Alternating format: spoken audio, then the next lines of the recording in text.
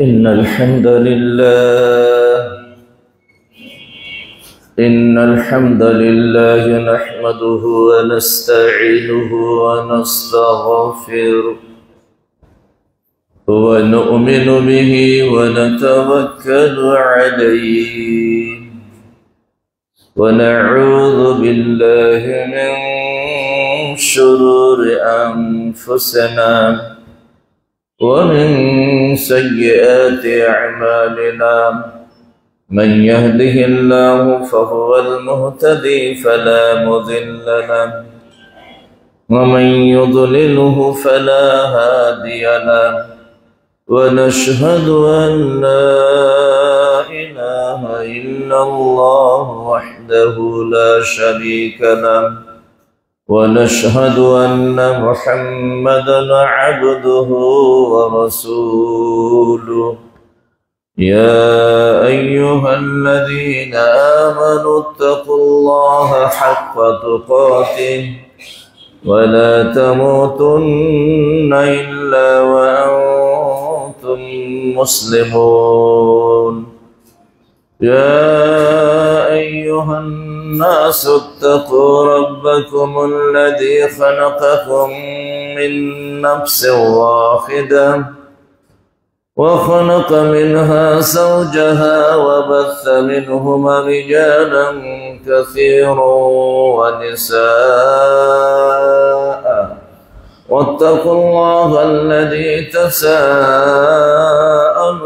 به والأرحام إن الله كان عليكم رقيبا يا أيها الذين آمنوا اتقوا الله وقولوا قولا سديدا يصلح لكم أعمالكم ويغفر لكم ذنوبكم ومن يطع الله ورسوله فقد فاز فوزا عظيما أما بعد فإن خير الحديث كتاب الله وخير الهدي هدي محمد صلى الله عليه وسلم وشر الأمور محدثاتها وكل محدثة بدعة وكل بدعة ضلالة وكل ضلالة في النار فأعوذ بالله السميع العليم وبوجهه الكريم وسلطانه القديم من الشيطان الرجيم بسم الله الرحمن الرحيم واعبد ربك حتى يأتيك اليقين আলহামদুলিল্লাহ। সম্মানিত সমবেত মুসল্লিয়ান ইকরাম, শুরুতে আবারও সেই মহান স্রষ্টা রব্বুল আলামিনের প্রশংসা জ্ঞাপন করছি, যার অশেষ অনুগ্রহে প্রতি জুমার নেই আজকেও জুমার সালাত আদায় করার লক্ষ্যে বংশাল পিয়ালাওয়ালা মালিবাগ মসজিদে সমবেত হতে সক্ষম হয়েছি। দরুদ এবং তাসলিমাত সর্বযুগের সর্বশ্রেষ্ঠ মহামানব বিশ্বনবী মুহাম্মদ সাল্লাল্লাহু আলাইহি ওয়াসাল্লামের প্রতি অযুত ধারায় বর্ষিত হোক। সাথে সাথে পৃথিবীর তামাম মুসলিম মুসলিমাত মুমিন মুমিনাত যারা বেঁচে আছি এবং যারা আমাদের মাঝ থেকে চিরবিদায় নিয়েছেন তাদের উপরও আল্লাহর করুণা ধারা বর্ষিত হোক। আল্লাহ রাব্বুল আলামিনের প্রশংসা এই জন্য আরো করি, যিনি আমাদেরকে তার মহিমান্বিত পবিত্র রমজানুল মোবারক দান করেছিলেন এবং আমরা চেষ্টা করেছি সেই রমজানকে সুন্দরভাবে ইবাদতের মাধ্যমে অতিবাহিত করার। জানি না আমাদের সেই ইবাদত আল্লাহ রাব্বুল আলামিনের দরবারে কবুল হবে কি হবে না। সাহাবায়ে কেরাম ভীত থাকতেন, তারা একটা ভালো কাজ করার পরে সেই কাজটা কবুল হলো কি হলো না এটা নিয়ে তারা ভীত সন্ত্রস্ত থাকতেন। তো আমাদেরও আল্লাহ রাব্বুল আলামিনের কাছে দোয়া করতে হবে যে হে রব, যতটুকুনি আমরা পেরেছি সাধ্য অনুযায়ী তোমার ইবাদত করার চেষ্টা করেছি, সিয়াম পালন করেছি, কিয়াম করেছি, আমরা তেলাওয়াত করেছি, আমরা কিয়ামুল লাইল করেছি, দান সাদকা যতটুকুন পারি করেছি, গরিব দুঃখীদের মাঝে কিছু খাবার বন্টন করেছি, তাদেরকে সাহায্য সহযোগিতা করেছি। শুধু জাকাতই নয়, জাকাত ছাড়াও আমরা অনেকে অনেক রকমের দান করেছি। আল্লাহ তুমি মেহেরবানি করে আমাদের এই সৎ কাজগুলোকে তুমি কবুল করে নাও, এবং এর বিনিময় তুমি আমাদেরকে কাল কিয়ামতের কোটে আমাদেরকে দান করিও। এটা সব সময় আমাদের চিন্তা রাখতে হবে। এটা মনে করার কোনো সুযোগ নাই যে আমি করেছি আমি তো পাবই, এই কথা বলার কোনো সুযোগ নেই। সম্মানিত উপস্থিতি, আল্লাহ রাব্বুল আলামিন সম্ভবত সূরা মুমিনুন 60 নম্বর আয়াতে এইভাবে বলছেন যে আল্লাযীনা ইউতুনা মা আতাও ওয়া কুলুবুহুম ওয়াজিলাতুন আন্নাহুম ইলা রাব্বিহিম রাজিউন। এই আয়াতটাতে এই কথাগুলি বলা হয়েছে, যেটা বললাম ঠিক এই দিকে ইঙ্গিত করা হয়েছে যে আল্লাযীনা ইউতুনা মা আতাও, যে তারা যা দান করার তা তো দান করেই, কিন্তু কুলুবুহুম ওয়াজিলাতুন, তাদের অন্তর ভীত সন্ত্রস্ত হয়ে থাকে। দান করার পরেও, তাদের উপরে অর্পিত দায়িত্ব পালন করার পরেও তারা তাদের অন্তর ভীত সন্ত্রস্ত হয়ে থাকে। মা আয়েশা সিদ্দিকা রাদিয়াল্লাহু তাআলা আনহা এই আয়াতের ব্যাখ্যা জিজ্ঞেস করলেন, ইয়া রাসূলুল্লাহ, তারা দান করলো, তারা নেক কাজ করলো, এরপরও কেন তারা ভীত সন্ত্রস্ত হয়ে থাকে? তাহলে কি তারা এর পাশাপাশি কোনো অন্যায় কাজ করে, ইয়াজনি কোনো অবৈধ সম্পর্কের কাজ করে, বা ইয়াসরিক ও চুরি করে? এরকম ভাবে শব্দ ব্যবহার করেছে যে তারা কি এই দানের পাশাপাশি অন্য খারাপ কাজও করে নাকি? তো রাসূল সাল্লাল্লাহু আলাইহি ওয়াসাল্লাম বললেন, ইয়া ইবনাতা সিদ্দিক, হে সিদ্দিকের বেটি, এইভাবে বলছেন, যেহেতু আবু বকর সিদ্দিকের মেয়ে, তাই না? যে ইয়া ইবনাতা সিদ্দিক লাইসা কাযালিক, বিষয়টা এমনটি না। ওয়াল্লাযীনা ইউসাল্লুনা ওয়া ইয়াতাসাদদাকুনা ওয়া ইয়াসুমুনা, এরা অন্যায় কাজ করে না, এরা সালাত আদায় করে, এরা দান সাদকা করে এবং সিয়াম পালন করে, এরপরেও তাদের অন্তর ভয়ে ভীত হয়। কেন? আয়াতাকাব্বালাল্লাহু মিনহুম, যে তাদের এই নেক আমলগুলা আল্লাহ কবুল করলেন কি করলেন না। আল্লাহু আকবার। এটা কোরআনের আয়াত দিয়ে প্রমাণিত এই কথাগুলা। তারা ভয়ে ভীত হয় যে আন্নাহুম ইলা রাব্বিহিম রাজিউন। সবাইকে আল্লাহর দরবারে দাঁড়াতে হবে। আল্লাহর দরবারে দাঁড়ানো এটা যে কত একটা জটিল, একটা কঠিন বিষয়, আমরা তো এটা বুঝতে পারি না। সেদিন যাকে আল্লাহ হিসাব ইয়াসিরাত, সহজ হিসাব নেবেন, সে পার হয়ে যাবে। আর আপনি যতই দান করেন আর ইবাদত করেন, আপনাকে যদি লিমা দিয়ে প্রশ্ন করেন যে এটা কেন করলে, উত্তর দাও, পৃথিবীর কেউ উত্তর দিয়ে, সন্তোষজনক উত্তর দিয়ে, আল্লাহর প্রশ্নের উত্তর দিয়ে পার হতে পারবে না। যেহেতু আল্লাহর কাছে দাঁড়াইতে হবে, সেদিন কি আল্লাহ যদি প্রশ্ন করে বসেন, তাহলে তো উত্তর দিয়ে পার হওয়া যাবে না, আটকে যাব। তো এই কারণে তারা এত ভয়ে ভীত। যাই হোক, আলহামদুলিল্লাহ, আল্লাহ শুকরিয়া জ্ঞাপন করছি যে আল্লাহ আমাদের 1 মাস সিয়াম রমজান দান করেছিলেন, আমরা সুন্দরভাবে পালন করেছি, এবং রহমানুর রহিম গফুরুর রহিম আল্লাহর কাছে আমরা আশাবাদী যে আমাদের দানগুলা, আমাদের ইবাদতগুলা আল্লাহ কবুল করবেন ইনশাআল্লাহ। এরপরে আমরা কি পেলাম? ঈদুল ফিতর পেলাম, তাই না?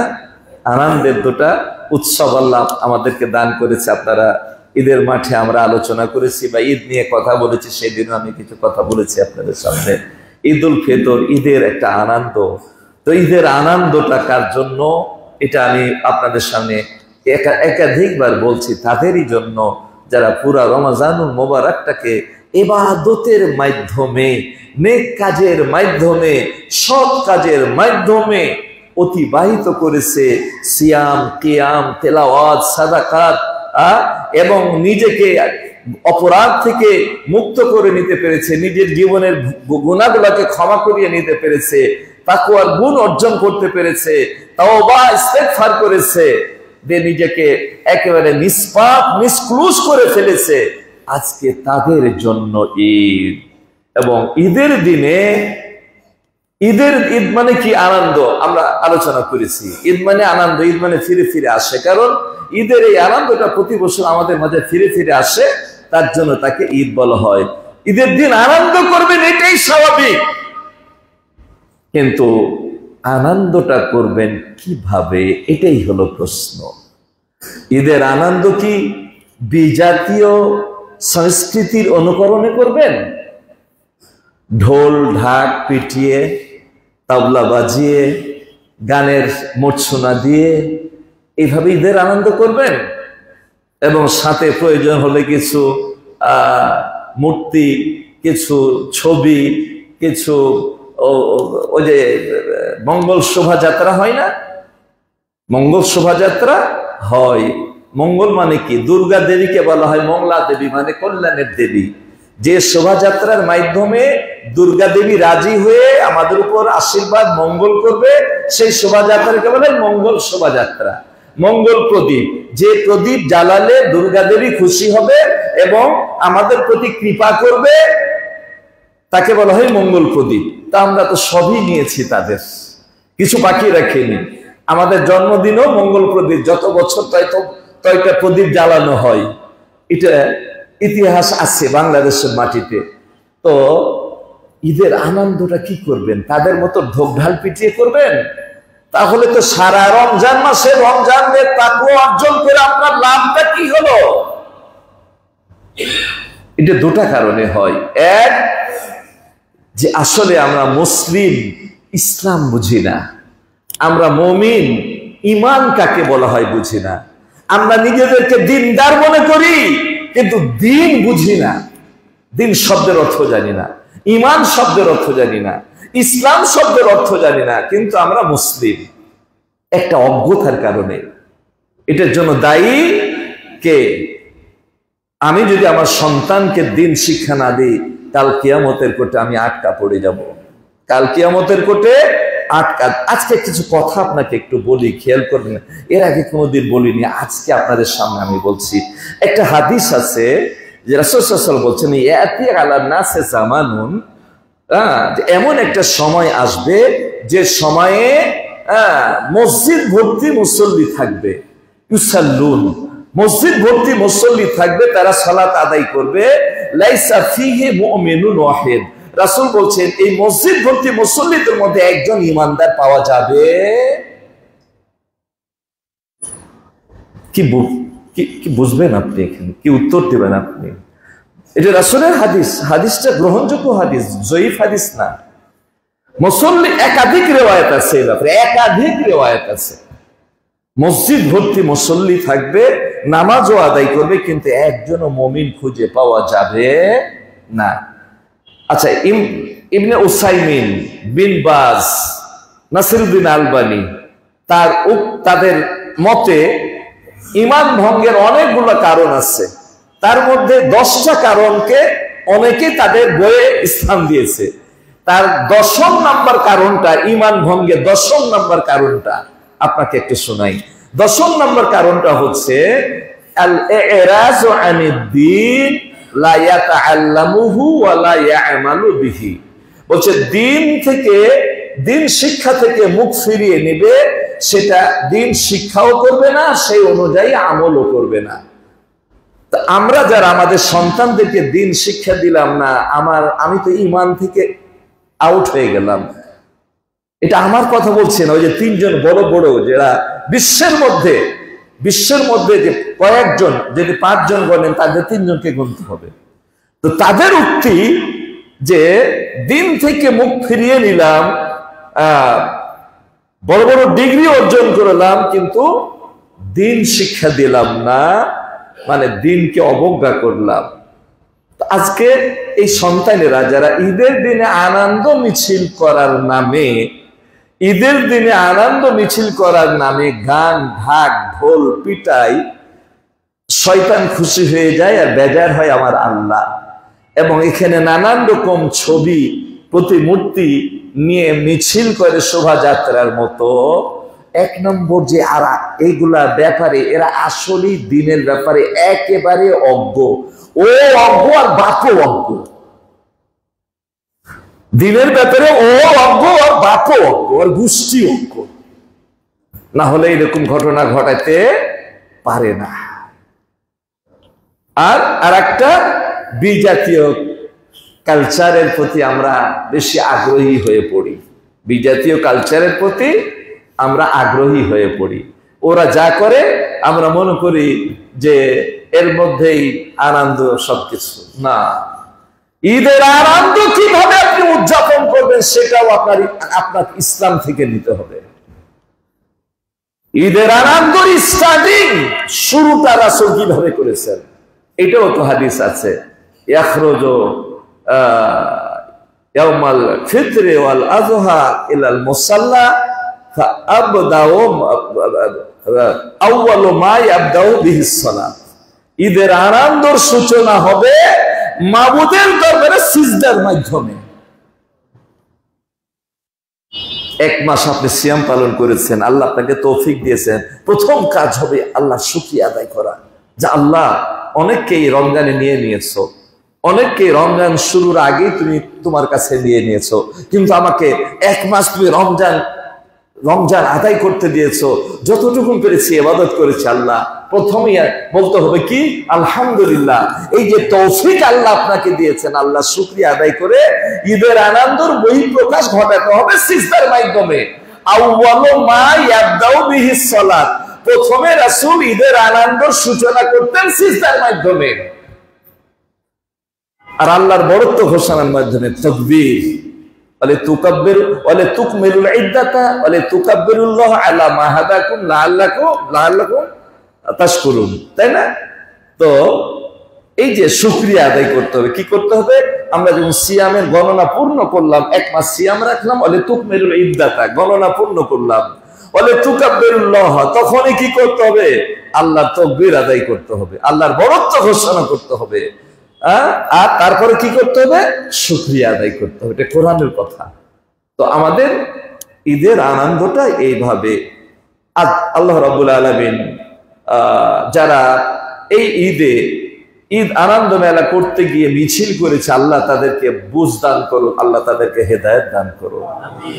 আল্লাহ যেন আগামী দিনে এইরকম যেন দৃশ্য দেখতে না হয়, শুনতে না হয়, এই তৌফিক যেন আল্লাহ রাব্বুল আলামিন সকলকে দান করেন।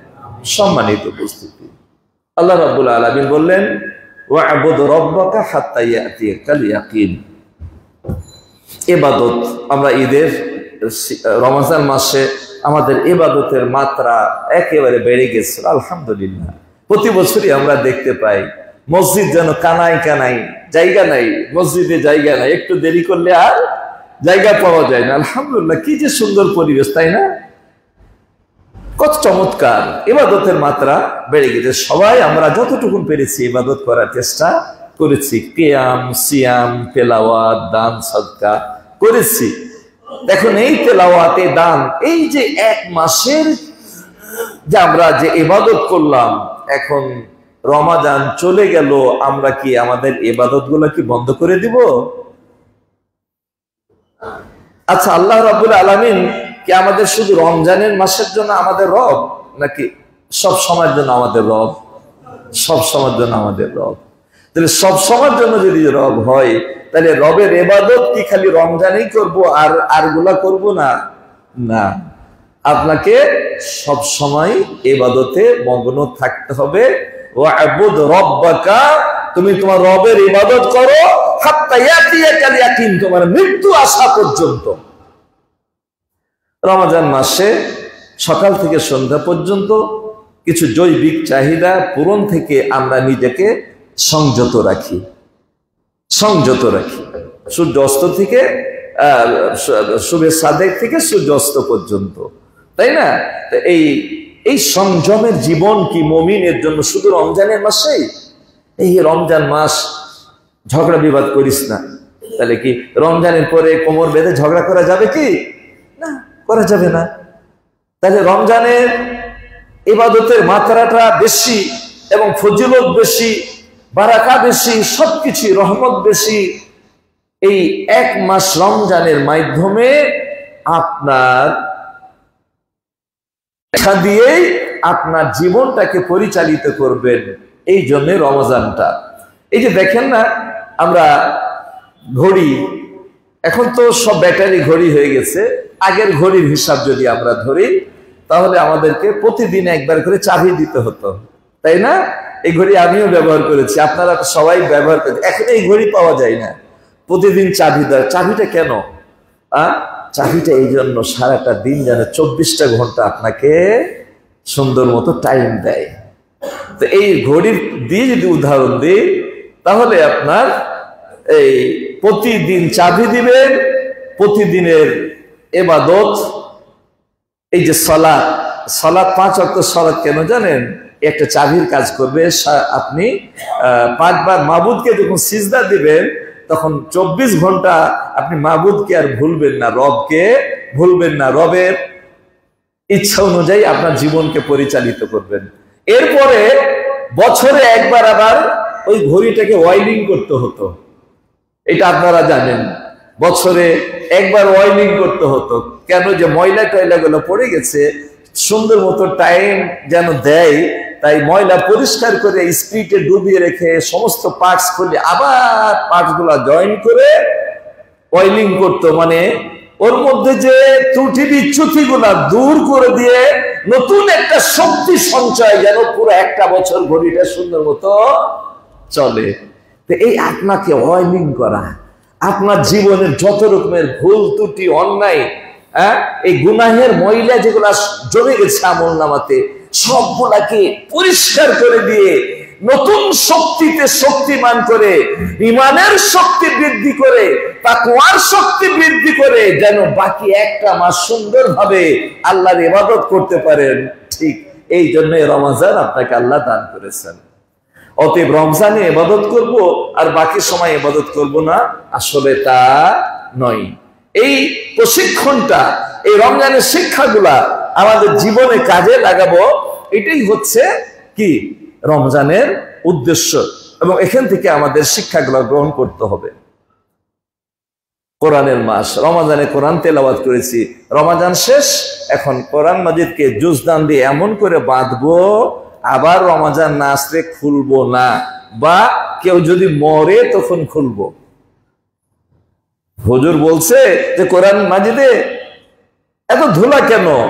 তো বলছে হুজুর অনেকদিন থেকে কেউ মরেনি, তো এই জন্য এত ধুলা। মানে না মরলে কোরআনের জুজদান থেকে কোরআন মাজিদ বের করবে না, তো অনেকদিন থেকে কেউ মরেনি, খোলা হয়নি, ধুলা পড়ে গেছে। কথাটা বলছেন। এই চিন্তা যদি করি তাহলে হবে না। তওবা ইস্তেগফার আমরা আল্লাহর কাছে করেছি রমজান মাসে বেশি বেশি করে, তাহলে কি রমজান শেষ আমাদের তওবা ইস্তেগফার শেষ? না।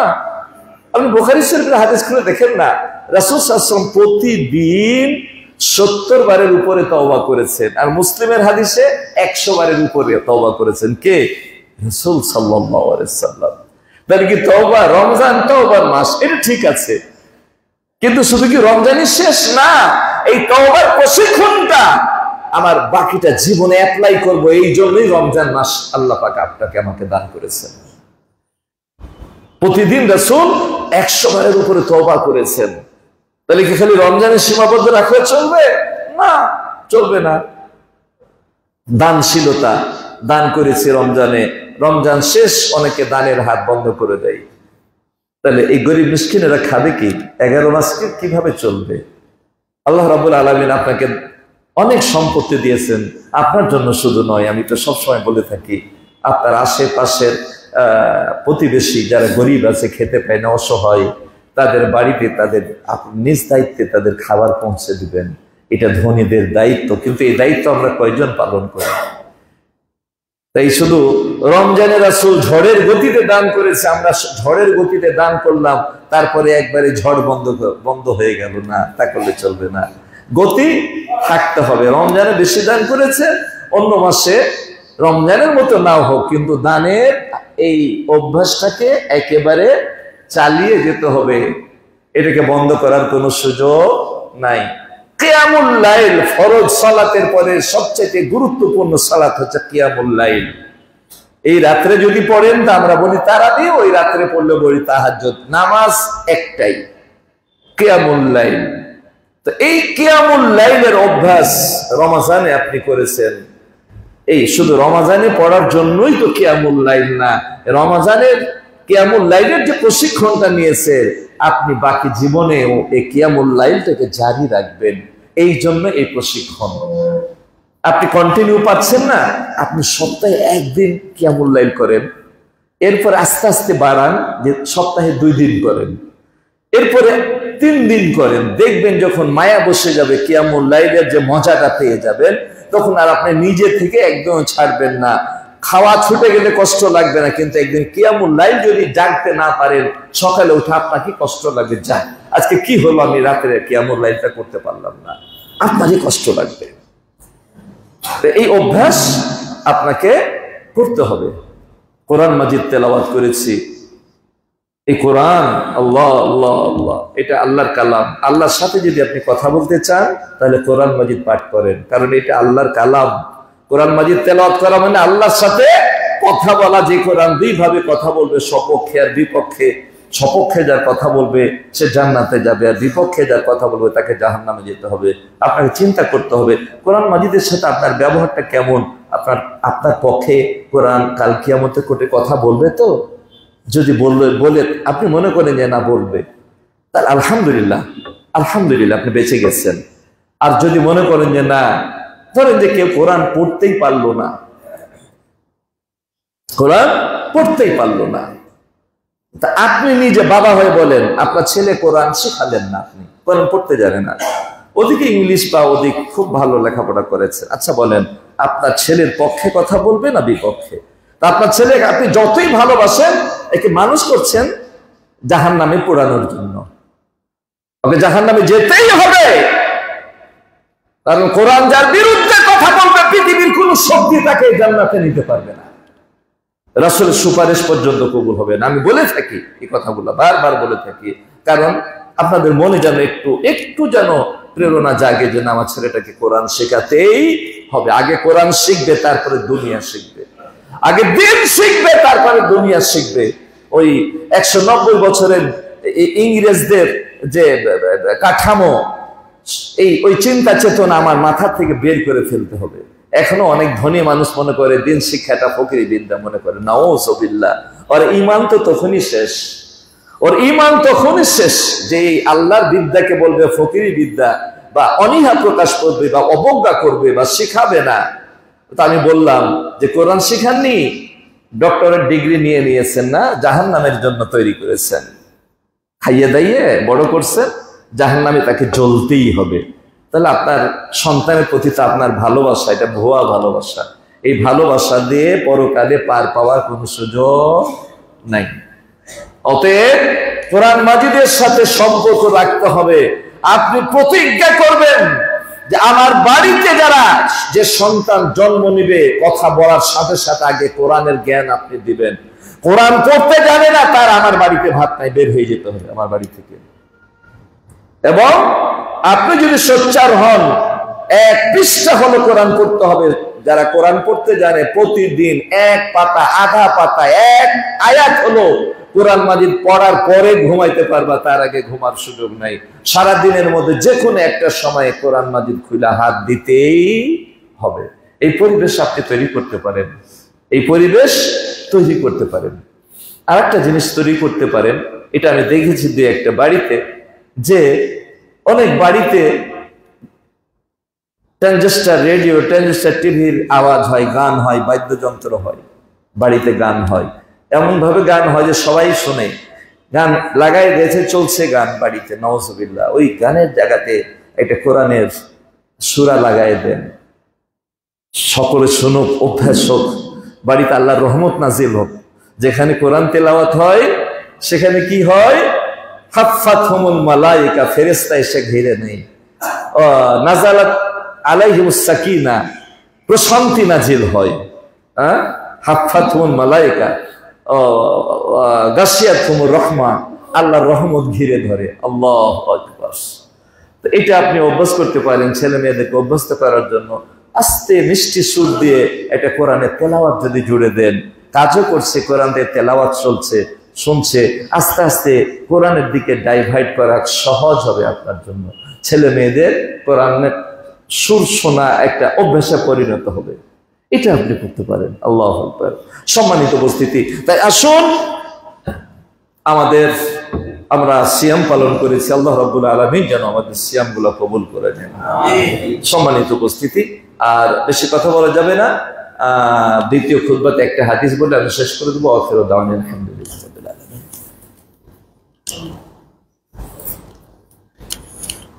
সম্মানিত উপস্থিতি, নাহমাদুহু ওয়া নুসাল্লি আলা রাসূলিল কারীম, আম্মা বা'দ। সম্মানিত উপস্থিতি, আমার মুসাল্লিয়ানে কিরাম, রাসূল সাল্লাল্লাহু আলাইহি ওয়াসাল্লাম বলেছেন, জানেন আমরা প্রতিবারই বলে থাকি যে মান সামা রমাজানা ওয়া আতবা'হু সিত্তান, যে ব্যক্তি রমাদানের সিয়াম পালন করলো আর তারপরে 6টি রোজা রাখলো, তাহলে কা সিয়ামিদ দাহার, পুরা বছর রোজা রাখার সওয়াব আপনি পেয়ে যাবেন। এই সুযোগ তো আমরা আশা করি কেউ ছাড়বো না ইনশাআল্লাহ। অনেকের শুরু করে দিয়েছে। আমি ছিলাম না, গ্রামের বাড়িতে গেছিলাম, রাত্রে আসছি, এই জন্য স্টার্ট করতে পারিনি। ইনশাআল্লাহ কালকে থেকে স্টার্ট করবো, কারণ এই সিয়াম রাখার সময় তো শুধু এই শাওয়াল মাসটা, এই মাস পার হয়ে গেলে আর সুযোগ নাই। আমার মা বোনেরাও তারা সম্ভব যদি হয় তাহলে উত্তম হচ্ছে যদি আপনাদের কাজা রোজা থাকে, ভাঙা রোজা, ওটা আগে করে এটা করেন। কারণ প্রথমে বলা হয়েছে হাদিসটা মান সামা রমাজানা, যে রমজানের সিয়াম পালন করবে। তো এই হাদিসে প্রমাণ করে সুম্মা আতবাহু, এরপরে 6টা, রমজানের সিয়াম বাকি থাকলে আগে করে নেওয়াটা উত্তম। কিন্তু কোন কারণবশত যদি 2টা সিয়াম, ওদিকে 6টা আর এদিকে যদি 6টা 12টা বা এরকম আপনার সুযোগ সুবিধাতে অসুবিধা হয়, তাহলে আপনি এই রমজানের পরে 6টা সিয়াম আগে পালন করেন, আপনার ভাঙা সিয়ামটা পরে পালন করাও জায়েজ আছে, কোনো অসুবিধা নাই। কারণ ওই যে মা আয়েশার হাদিস, তিনি শাবান মাস ছাড়াই ভাঙা রোজা পালন করার সুযোগই পেতেন না। তাহলে কি সহজে সিয়াম রাখতেন না? অবশ্যই রাখতেন। সম্মানিত উপস্থিতি, 2 নম্বর আর একটা কথা বলে দিয়ে শেষ করছি। আপনারা জানেন, এর আগে বলেছিলাম যে একটা হাদিস, ওয়ালা তাকুনু কাল্লাতি নাকাজাত গাসলাহা মিন বা'দে কুওয়াতিন আনকাসা। মক্কার একটা পাগলি ছিল, ওর কাজ ছিল কি, দড়ি পাকাতো, সারাদিন দড়ি পাকাইতো, আর রাতের বেলা দড়িগুলো আবার খুলে ফেলতো, নষ্ট করে দিত। আল্লাহু আকবার। ওই পাগলি কত ভাগ্যবান, শেষ আবার উল্টা পাক দিয়ে আগের মতো চরিত্র ধারণ করে আমার রমজানের ইবাদতটাকে যেন আমরা নষ্ট করে না দিই। এই উদাহরণই এই আয়াতের মধ্যে দিয়েছে। তা আল্লাহ রাব্বুল আলামিন এই রমজানের শিক্ষাগুলোকে যেন আমাদের জীবনে প্রতিপালন করতে পারি, এই তৌফিক যেন আল্লাহ দান করেন। আল্লাহ তুমি আমাদের সিয়ামগুলোকে কবুল করে নাও। আল্লাহ তুমি আমাদের কিয়ামগুলোকে কবুল করে নাও। আল্লাহ রমজান পালন করতে গিয়ে যে ভুল ত্রুটি করেছি, এই ভুলগুলাকে আল্লাহ তুমি ক্ষমা করে দিও। আল্লাহ এই ভুল ক্ষমার জন্য আমরা ফিতরা প্রদান করেছি, এর ইবাদতে তুমি আমাদেরকে সহজ সিজদার কাজ করে আমাদেরকে, তবে আমার আমলগুলোকে আল্লাহ কবুল করে নিও রব্বুল আলামিন। আল্লাহ আমাদের মাঝে যারা অসুস্থ রয়েছে, বাড়িতে, হাসপাতালে, ক্লিনিকে, দেশে দেশের বাইরে, আল্লাহ সকলকে তুমি শিফায়ে কামিলা দান করো। আল্লাহ আমাদের আত্মীয় স্বজন যারা চলে গেছে, অনেকের বাবা, অনেকের দুঃখিনী মা, এই বাবা মা যারা কবরে শায়িত আছে, অনেকে এমন ব্যক্তি আছে বাবা বেঁচে আছে, সন্তান কবরে চলে গেছে, অনেকের সন্তান বেঁচে আছে, বাবা কবরে চলে গেছে। আল্লাহ আমাদের আত্মীয় স্বজন যারা কবরবাসী হয়ে গেছে, আল্লাহ তুমি তাদের পরকালীন জীবনটাকে সুন্দর করে দিও। আল্লাহ আল্লাহ তাদের সমস্ত অন্যায় অপরাধগুলো তোমার রহমতে বরকতে ক্ষমা করে দিয়ে তাদেরকে জান্নাতুল ফেরদৌস দান করি রব্বুল আলামিন। আমরা যারা বেঁচে আছি, আমরাকেও তুমি তোমার দ্বীনের পথে দায়েম এবং কায়েম রাখো। আল্লাহ রমজানের প্রত্যেকটা শিক্ষা আমার জীবনে বাস্তবায়িত করে তৌফিক তুমি দান করো। আল্লাহ যেদিন এই আমার শেষ দিন আসবে, মালাকুল মাউত যেদিন আমাদের কাছে আসবে, প্রত্যেকের জন্য শেষ দিন ঈমান নিয়ে যেন আমরা সবাই কবরে যেতে পারি, আল্লাহ সেই তৌফিক দান করিও। ওয়া আখিরু দাওয়ানা আলহামদুলিল্লাহি রাব্বিল আলামিন। ইবাদাল্লাহ রাহমাকুমুল্লাহ, ইন্নাল্লাহা ইয়া'মুরু বিল আদলি ওয়াল ইহসানি ওয়া ইতা'i যিল কুরবা ওয়া আনিল ফাহশাই ওয়াল মুনকারি ওয়াল বাগি ইয়া'iদুকুম লা'আল্লাকুম তাযাক্কারুন। আযকুরুল্লাহা ইয়াযকুরুকুম ওয়াদ'উহু ইয়াস্তাজিব লাকুম ওয়া লাযিকরুল্লাহি তাআলা ওয়া জাল্লা ওয়া তা'আলা আকবার।